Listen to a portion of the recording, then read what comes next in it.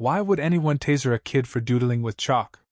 That's the question that burned through our quiet suburb when two fake HOA cops shocked little Sammy, my 8-year-old son, right on our driveway. The sun was blazing, kids were laughing, and Sammy was lost in his world, sketching hopscotch grids and rainbows with a fistful of chalk. But in a heartbeat, our peaceful afternoon turned into a nightmare, one that would have broken us if my uncle, a retired hostage rescuer named Frank, hadn't stepped in like a storm and flipped the whole scene upside down. What happened next? It's the kind of story that makes you question everything about power, justice, and what it means to fight back. It all started on a Saturday, the kind of day where the air smells like cut grass and the neighborhood hums with life. Sammy, all boundless energy and messy hair, grabbed his box of chalk and bounded outside.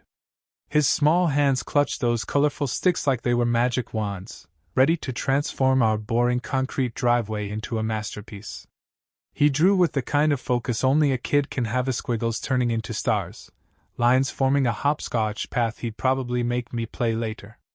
The colors popped under the sun, blues, reds, yellows, swirling together in a chaotic, joyful mess. I watched from the porch, sipping coffee, thinking how lucky we were to live in a place where kids could just be kids. Then, like a dark cloud rolling in, two figures appeared at the end of the street. They marched toward us, their uniforms screaming authority, except something was off. The badges were too big, the hats tilted like they'd watched one too many cop shows. These weren't real cops, they were HOA enforcers, the kind who patrol with clipboards and egos instead of guns. But the way they moved, all stiff and purposeful, sent a chill down my spine. I set my coffee down, my gut twisting as they zeroed in on Sammy. "Vandalism!" one of them barked, his voice slicing through the air. Sammy froze, chalk in hand, his eyes wide with confusion. "Vandalism? For chalk?" I stepped forward, heart racing, but before I could say a word, they were on him, spitting accusations like he'd spray-painted a mural on their car. "This is against community standards," the other one snapped, his face twisted with disgust at Sammy's colorful creation.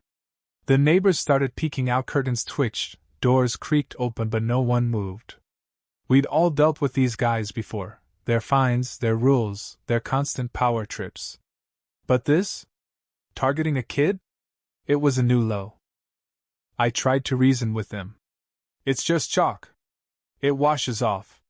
He's 8. But they weren't listening. Their eyes gleamed with that ugly mix of power and pettiness, and when Sammy, scared but stubborn, clutched his chalk tighter, the lead guy, a stocky jerk with a buzz cut, pulled out a taser. My heart stopped. "Step back, kid," he growled, like Sammy was some thug. I lunged forward, screaming, but it was too late. The taser crackled, and Sammy crumpled, his cry piercing the air like a knife. The world blurred. Me, kid, my little boy, writhing on the ground over a hopscotch grid. The neighborhood exploded. Neighbors poured out, their voices a chaotic mix of shock and fury. Mrs. Larson, who usually kept to herself, was yelling about calling the real cops. Tom from across the street, a guy who never raised his voice, was red-faced, cursing.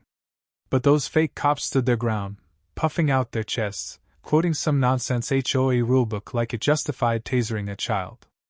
I dropped to my knees beside Sammy, pulling him into my arms.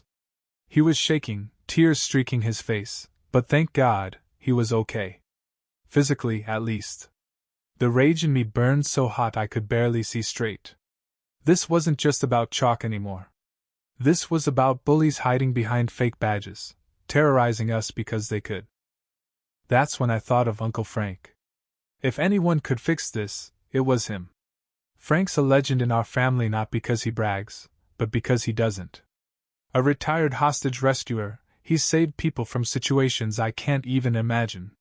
His stories, told over Thanksgiving dinners, always left us speechless, disarming gunmen, talking down kidnappers, bringing families back together.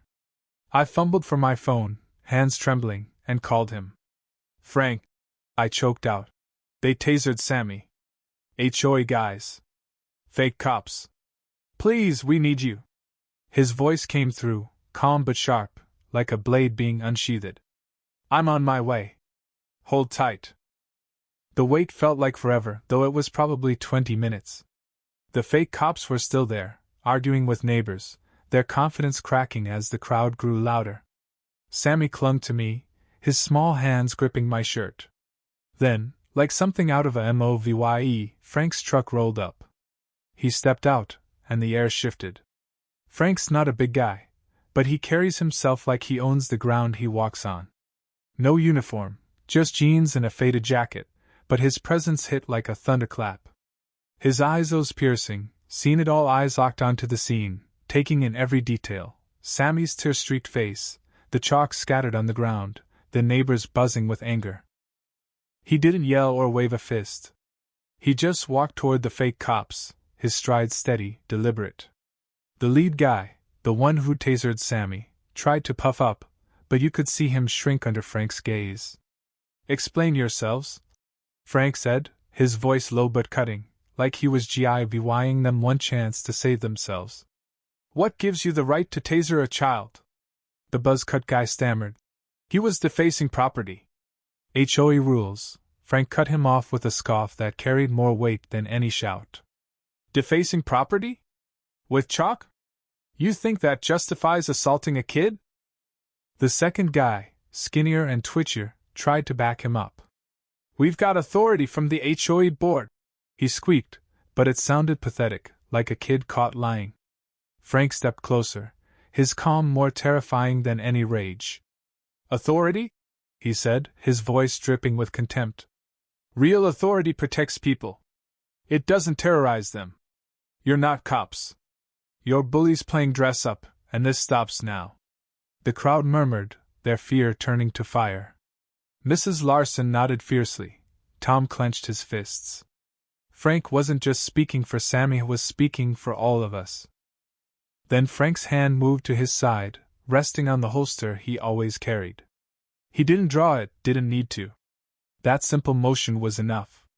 The fake cops froze, their faces paling.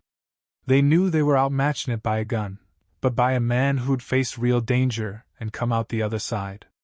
The buzz-cut guy's hands shook as he lowered his taser.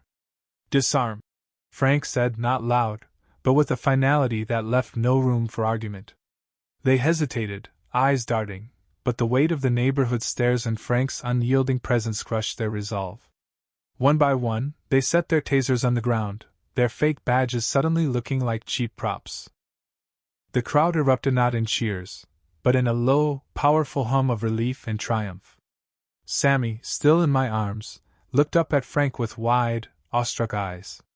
The fake cops stood there, deflated, their power stripped away. Frank turned to me, his expression softening. "You okay, kiddo?" he asked Sammy, ruffling his hair. Sammy nodded, managing a small smile. Frank looked back at the crowd. "This doesn't happen again," he said, addressing everyone. "Not to your kids, not to your homes. You're stronger than these clowns. Don't forget it." That moment changed everything. The neighborhood, once a place where we kept our heads down and paid the HOA's stupid fines, woke up. We started talking, really talking. Meetings that used to be grim obligation turned into lively debates about how to protect our streets. We formed a community watch, not because we had to, but because we wanted to. Kids played outside again, their laughter louder, freer. Sammy went back to his chalk, drawing with a new kind of defiance, like every line was a middle finger to those fake cops. For Sammy, though, it was more than that. He'd seen his uncle stand up to bullies and win, not with fists or weapons, but with truth and courage. It was like his comic book heroes had come to life, except Frank was real, scarred and steady and human. Sammy's drawing started to change less hopscotch, more caped figures saving the day. He told me one night, whispering as I tucked him in, "I want to be like Uncle Frank. I want to be brave." My heart swelled and broke at the same time. He was too young to face this kind of ugliness, but he'd learned something priceless, that justice isn't just a word, it's a choice. Those fake cops? They slunk away, their reign of terror over. We heard later they were fired from the HOA, their badges and tasers confiscated. But the real VY Tory wasn't their defeat, it was us. We weren't just neighbors anymore. We were a family, forged in that fiery afternoon when Frank showed us what it means to stand tall. And every time I see Sammy's chalk lines glowing on the driveway, I'm reminded, no one can take our colors away.